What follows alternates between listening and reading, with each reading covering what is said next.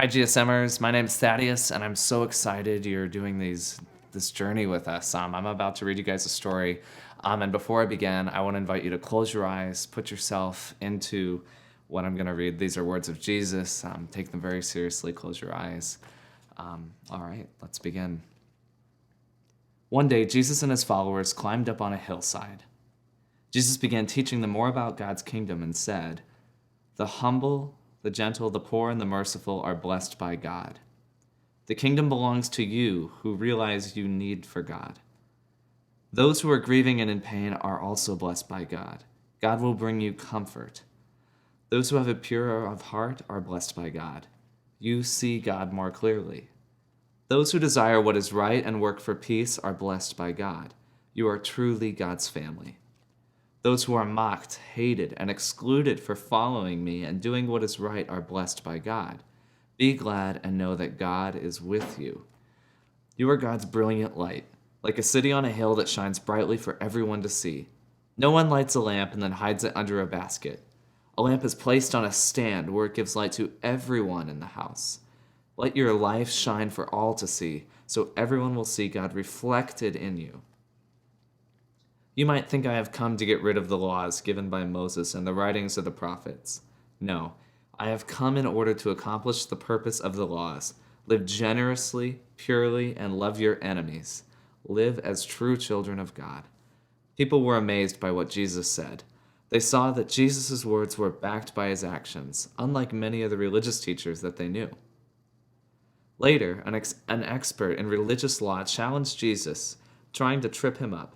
The expert said, "There are hundreds of God's laws and commands. Which one is the most important?" Jesus replied, "The greatest commandment is to love God with all your heart, soul, strength, and mind. Equally important is to love your neighbor like you would love yourself. These are the heart of the entire law." Jesus' wisdom and insight left the religious leaders speechless. Jesus often taught through short stories called parables that used word pictures from everyday life.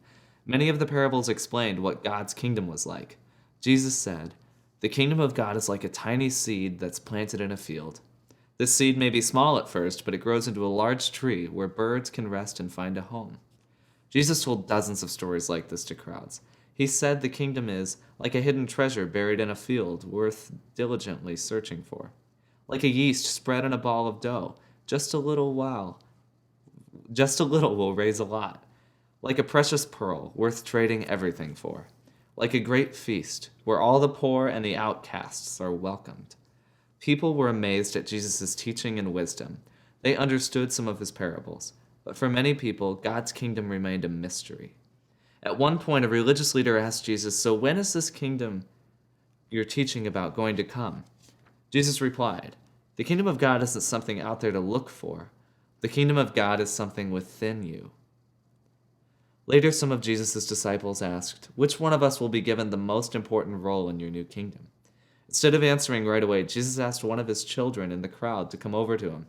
As the child came close, Jesus said to his disciples, "If you want to be great in God's kingdom, humble yourself and become like this child." Jesus and his disciples were invited to dinner by a tax collector. In that day, tax collectors were known for being dishonest and corrupt. Others were invited who were known to be either immoral or criminal.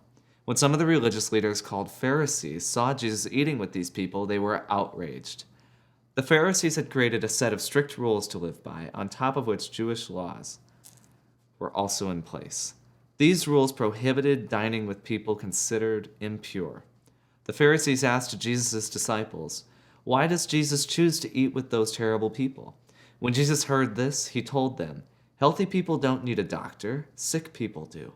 I've come to call people to a changed life, inside and out. I'm not here to spend my time with people who already think they're good enough." Another night, Jesus had dinner with some of the Pharisees, sorry. They were shocked and offended when Jesus didn't wash up before the meal, as their rules and rituals demanded. Jesus said to them, "You Pharisees are so careful to clean the outside of the cup and the dish, but the inside is still filthy. Your lives are just like that. So clean when people are watching, but inside you're full of hate, greed, and pride. You're worse than your ancestors in Israel. You have great knowledge about the things of God, but you don't live in the ways of God's kingdom. In fact, you keep other people from living in them as well." When Jesus finished speaking, the religious leaders around the table were furious. From then on, they conspired ways to stop Jesus.